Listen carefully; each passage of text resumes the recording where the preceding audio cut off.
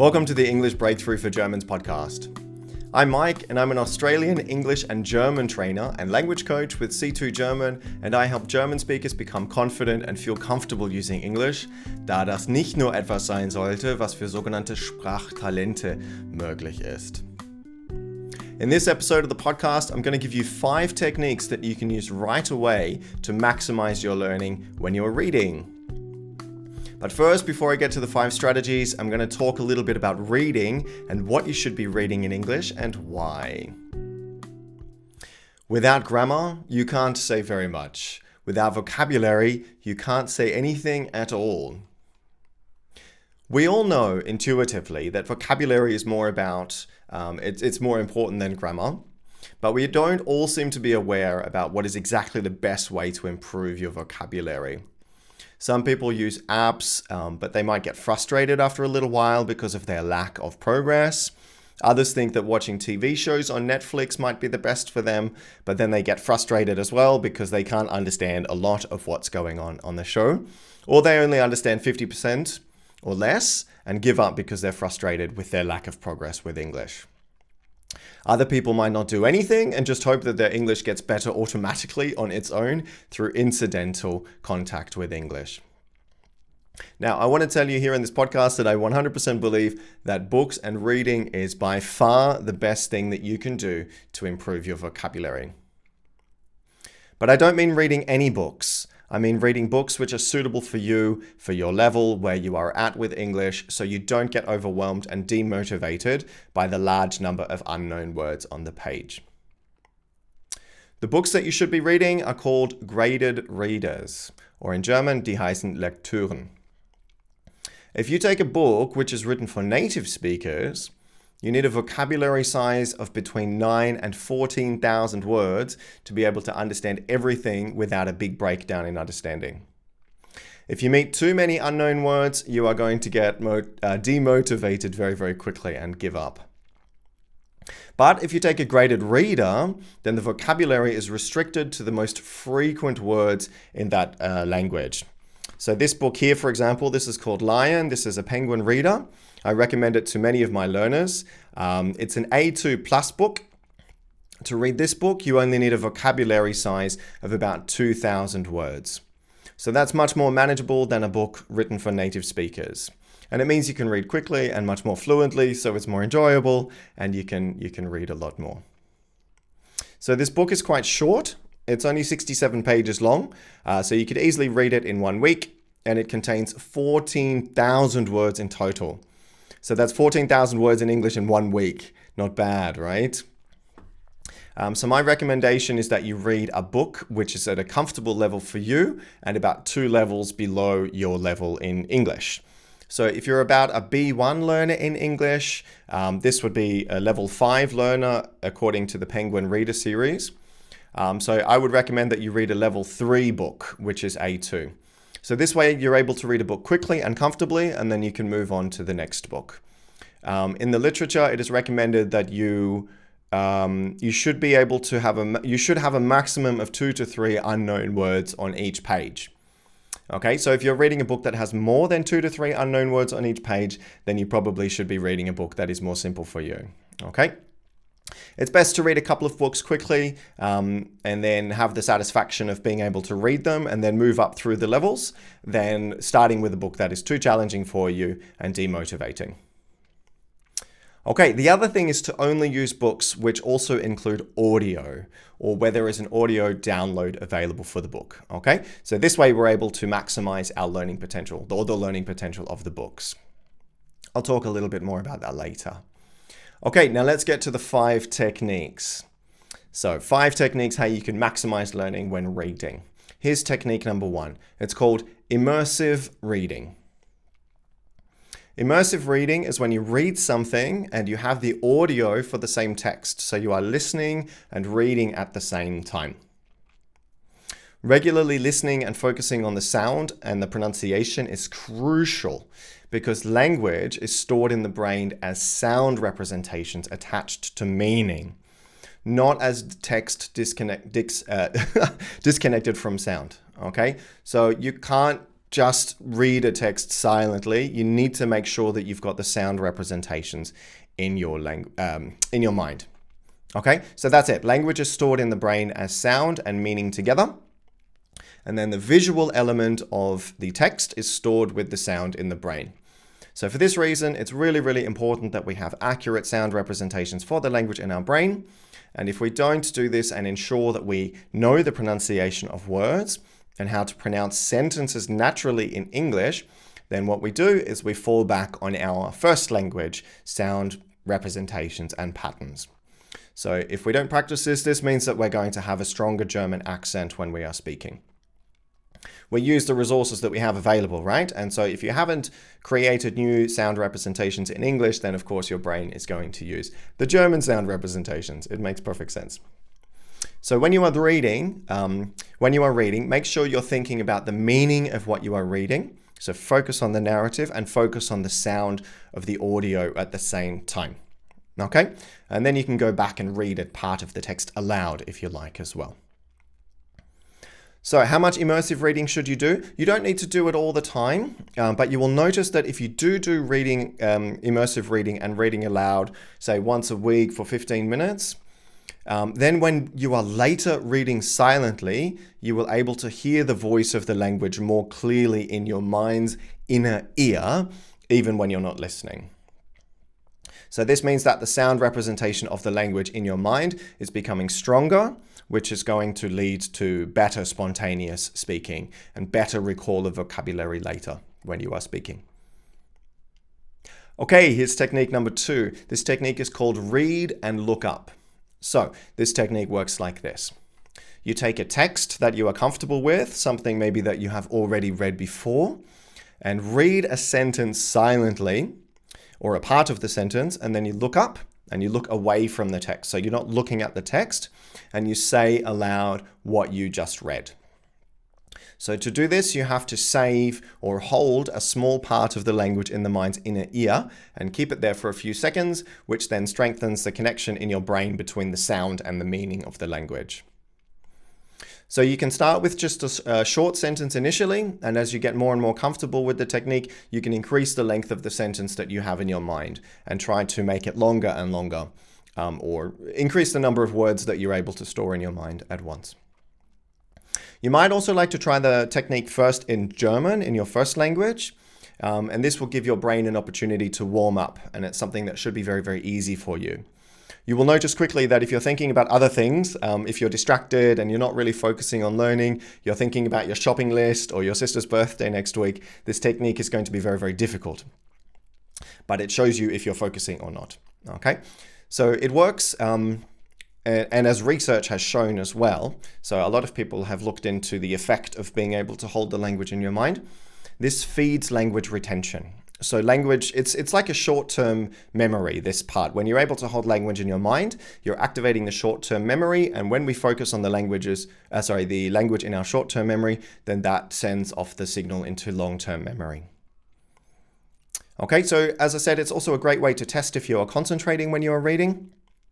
If you're like me, maybe sometimes you read a page in English or even in German, and you get to the bottom of the page and you can't remember what you just read. This happens because our brain is not making the connection strongly enough. So a good way is just to read it aloud, and then this will ensure that we are activating the sound of the language in our mind and strengthens the engagement with the text.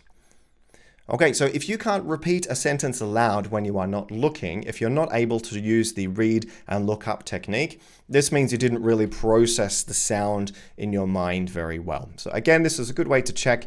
It tells you if I was unable to do it, I should go back, read the sentence again, and try the technique again. All right, technique number 3, shadowing, das Schattensprechen. So I've talked about this on the podcast previously, but I'll show you how you can use it with reading here.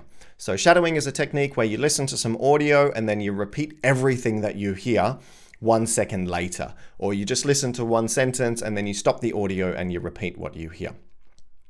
So you might be asking, well, what has this got to do with reading? And that's where I say it works great with the audio of a book that you have already read. Okay, so remember I said that you should focus on books which also have the audio available as well. So this is why. So ensure that you only buy books which include audio. Most of the brands like Cambridge and Penguin readers, the Penguin readers are fantastic. They all have audio download links in the books. So shadowing works best when you are already familiar with the content of what you are listening to. So it doesn't, for example, work very well with random videos on YouTube, or if you're just listening to something on the radio or something that you've never really listened to or read before. It's really hard to repeat something that you just heard if you're struggling to understand the meaning of what the person just said.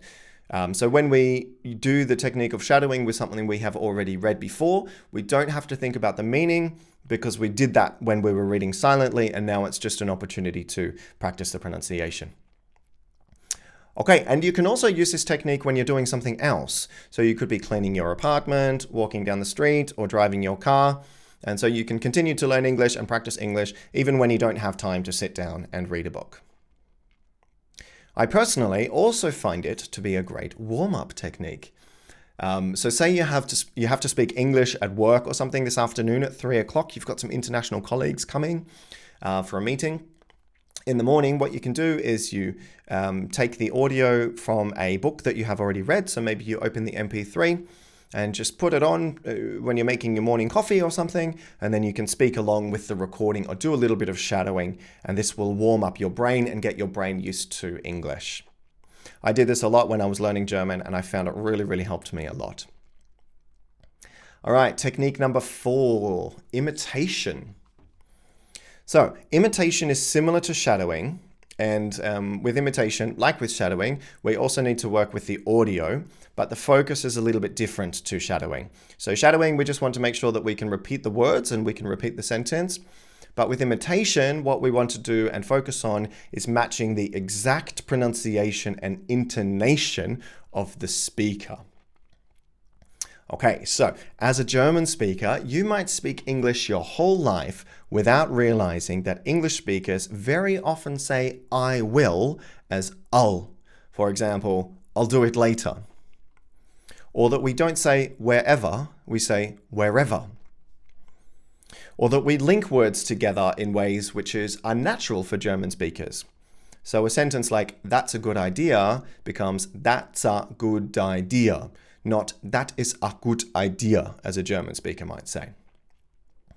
Or you might not notice that speakers usually pronounce the word was like was, as in that was a bad idea, that was a bad idea. And so the reason for this, that Germans often don't realize this, is that they are very, very text focused. They don't usually listen closely enough, so they just focus on reading comprehension, maybe very difficult and advanced texts like news articles or academic articles. And so they don't have the opportunity to notice how English pronunciation is different to what they would expect based on their German pronunciation. So with imitation, you can do this with immersive reading. So immersive reading, remember, is the one that we talked about first, when you are reading and listening at the same time. So you can read the book, read with the book open and with the audio. So you've got the book there in front of you, you have the book open, you're reading with your eyes, and you have the audio, and then you play a part of the audio and you hit stop every few seconds, and then you try to imitate exactly what you just heard the speaker say. And by that, I mean pronouncing it exactly the same way as the speaker as well. So if you see the word wherever and you thought that the pronunciation was wherever, but then the speaker says wherever, then you try to pronounce it the way the speaker does. And of course, this is a really, really natural technique, right? This is how children learn language, through imitation. So imitation is really, really a critical part of developing natural language skills. Okay, and here's technique number 5. Summarize the page. So you just read a page in a book or a text, and then you get to the bottom and you summarize what you have just read. Okay, so I'm going to read you a paragraph from this book. So once again, this is the A2 Plus book, Lion, from the Penguin Reader range. And I'll read you a section of the book, and I'm going to show you how to use this summarizing technique. Okay. So it's about a poor child who's about 5 years old in India. He says, My brothers and I found different ways to get food. Sometimes we took fruit from trees, or we stole tomatoes from a field. One night, we found a chicken farm and we made a plan to steal some eggs. We waited until the men on the farm left to have a rest. Then we quickly climbed inside and took as many eggs as we could carry. But the chickens woke up and we had to run away quickly. While we were running home, many of the eggs were dropped or broken. We only had 10 eggs left, but we had a good dinner that evening. Okay, so to summarize this, I might say something like, the boy and his brothers had different ways to get food. They often stole food, like fruit and tomatoes, or they stole eggs. Sometimes the eggs dropped, but when they had eggs, they had a good dinner. Okay, so you can see it's just a summarized version of the text that I read you. So when you're doing this when reading, there are some benefits which can really help your learning. So one is you can reuse some of the vocabulary straight away. So if you notice there's a new word there, you can repeat it to yourself. You can test your own understanding of the text too, so you can see if there is something that wasn't clear. If you're unable to summarize it, then maybe you don't quite understand it and need to read it again. Another benefit is it gives you speaking practice without pressure. So when you have a conversation, there are lots and lots of different pressures, but when you're just practicing speaking in this way at home, there is no pressure. And another thing is when you summarize, you have to change the perspective of the language as well. So in the text, for example, he says, my brothers and I, and then I change that to they. So manipulating language in this way can give you some good practice. All right, that's it. We're just coming to the end of the episode now. So 5 techniques to improve your reading and to maximize learning straight away when you are reading. So technique number 1 was immersive reading. So this is when you listen and read at the same time. Technique number 2 is read and look up. Technique number 3, shadowing. Technique number 4, imitation. And technique number 5 is summarize the page. All right, thank you very much. I hope you enjoyed the episode of the podcast. Remember, I am offering a free month on my new Patreon page, which is a learning community. So you can take part in that and have access to me and ask me different questions. And there you will find vocabulary posts, listening challenges, and extra vocabulary activities for this podcast. So be sure to click on the link in the podcast or the video description, and you will get more out of your learning by becoming a part of my learning community while I develop it. I look forward to seeing you there. All right, thanks very much. Until next week, have a great week and enjoy learning English. See ya.